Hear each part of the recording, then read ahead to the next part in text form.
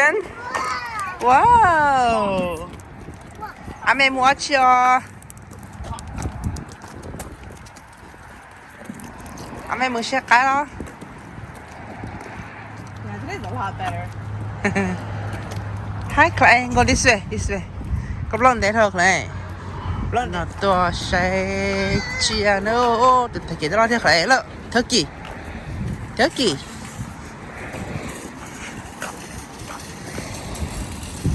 Có từ giờ cái này có chuyện là tất cái. Hả? Để cái chơi nô về chúng mà. Ôi, rồi trong một tròn này. Nhà chế hả? Về cho on nữa. Này có chủ xe cái nữa. Thì con giờ giờ stock cái luôn. Làm về rồi đấy.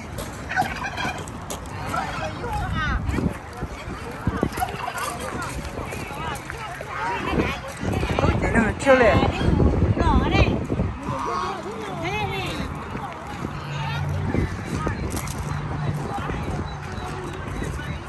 Cái lá bè. Lá bè. Cái gì mấy chị cả lắp bé lo, cho nó lo cho vậy. Con một tròn đó. Tôi cũng chưa có một tròn. Thôi đi ha. Cái lá bè cái này lợ. Lợ lá bè. Không má chị. Không má chị. Hả? Hả? Hả? Ôi chào các khi đưa lo. Ôi chào các khi đưa lo hả? Hả? Các mà chị cả nhóm tới đi bây giờ. No.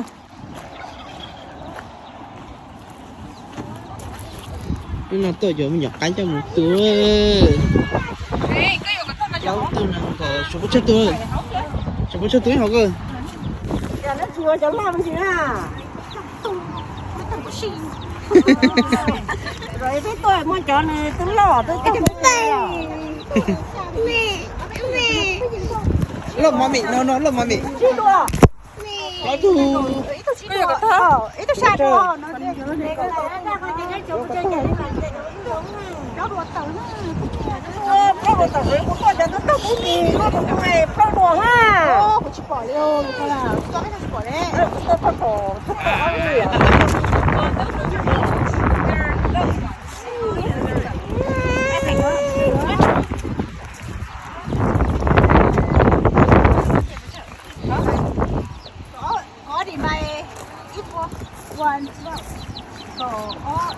Con tôi giờ mình nhặt cái cho một túi.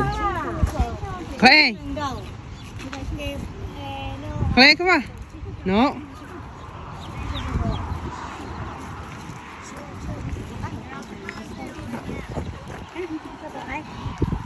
Nè, là tụi mò chia nữa. Alaska.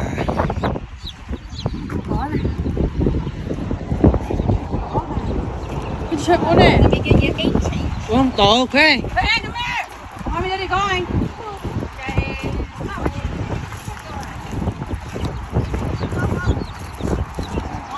Cầm nó hơi hen. Cầm nó hơi hen. Nó. Cái xoáy gì đó? Ôi, cha nó nổ hả?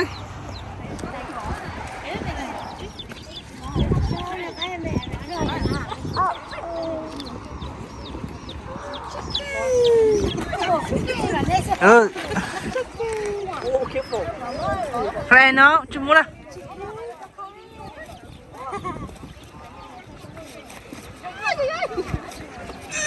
Này nó cũng vậy tôi nó.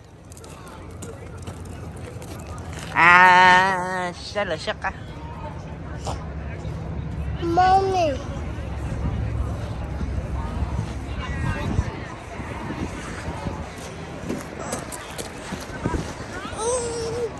Ta.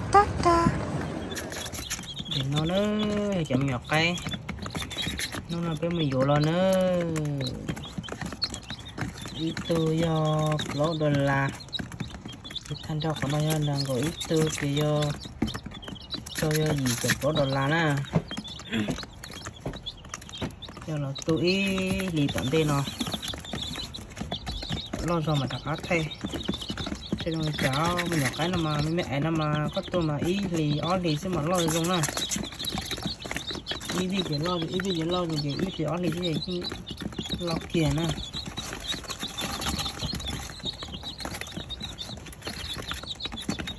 cái trên này nó phát cho nó chưa ý thì mà có mất thay trên lo thì chả đó cái nhỏ có đo đo mình để thế nào không chỉ nhỏ có tí tơi giờ thế nào